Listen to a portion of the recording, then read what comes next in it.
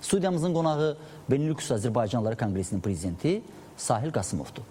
Sahil müəllim, nədir problem ümumi? Qısaca. Bugün Avropada ciddi bir Azərbaycanlılar arasında müttəfiqlik və yaxud müttəfiq olmayan problemlər mövcud deyildir. Vardır, bəzi təbii ki, yola getmək. Biz xalq olaraq bir iddialı xalqıq təbii ki, Azərbaycan xalqı. Və hər bir bugün Azərbaycan icması, təşkilatlanmış Azərbaycan diasporası təbii ki, iddialıdır. Hər hansı bir şəhərdə, ölkədə öz iddiasını, mən deyərəm ki, sağlam rəqabət şəklində, cənab prezident dediyi kimi də sağlam rəqabət olarsa daha gözəl olar. Rəqabətlər mövcuddur, bu olacaq və olmalıdır. Əgər bu olmasa, demək olar ki, bugün Azərbaycan icması Avropada fəaliyyət göstərən Azərbaycan diaspora təşkilatları işləmirlər. Amma təbii ki, yenə deyirəm, sağlam rəqabət formasında. Aydındır. İndi bir məsələ vardı. Mən həmişə elə fikirləşmişəm ki, Azərbaycandan kənarda olan Azərbaycanlılar daha tez birləşə bilirlər, daha çox birliyə meyilli olmalıdırlar. Məsələn, Benelux'da nə qədər Azərbaycanlı yaşayır? Bilirsiniz, Benelux ölkələrində bildiyimiz kimi Belçika, Niderland, Lüksemburg olaraq keçir. Bugün Azərbaycanlıların sayı 50 minə qədər Azərbaycanlı var. Hətta bizim rəsmi olaraq mən deyərdim ki, 50 min belə baxanda çox da deyil. Çoxdur, bəli. Çox deyil. Bütün rayon da deyil. 50 min Azərbaycanlı. Amma Avropanın belə baxanda özünün... Yox, onların birləşməsi nə mani ola bilir?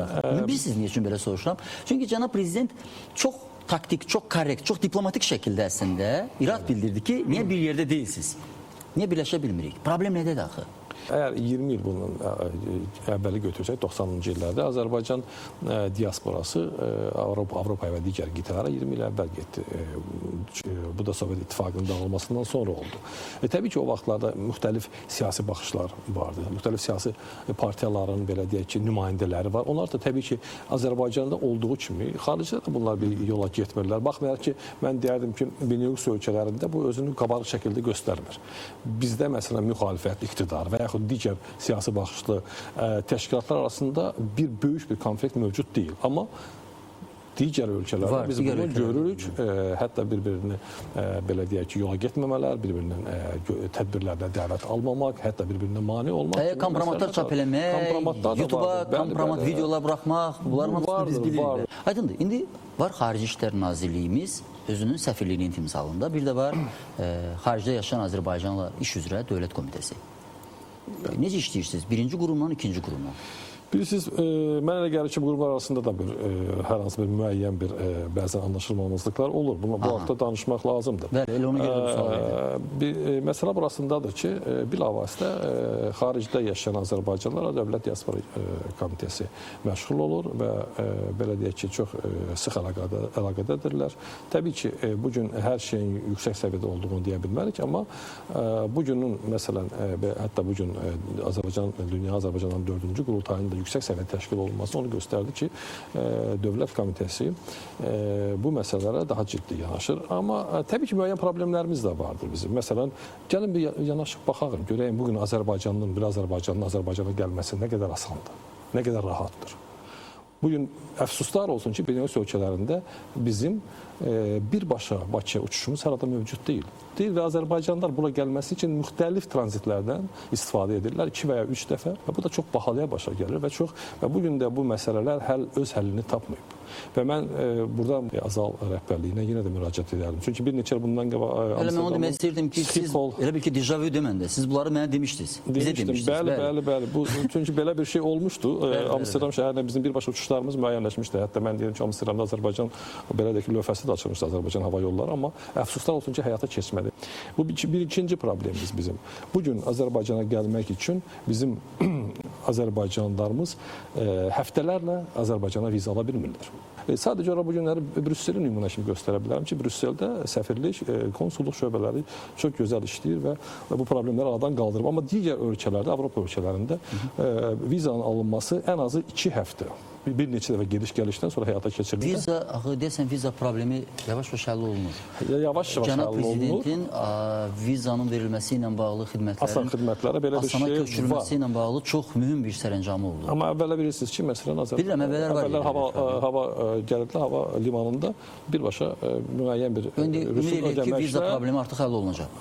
Həll olunsa, inşallah, bəlkə də daha çox turistlər artıq. Mən eşitdiyimə görə ərəb ölkələrində həll olunur. Buna görə ərəb turistlərinin sayı da çoxalıb bu ölkəyə. Bu böyük böyük bir şeydir. Mən ikinci məsələdə, məsələn, bugün əgər biz turizmdən danışırıqsa, niyə görə Bakıda sadəcə 5 ulduz otellər fəaliyyət göstərir? Haradadır 3, 2 motellər, hostellər, niyə bunlar yoxdur?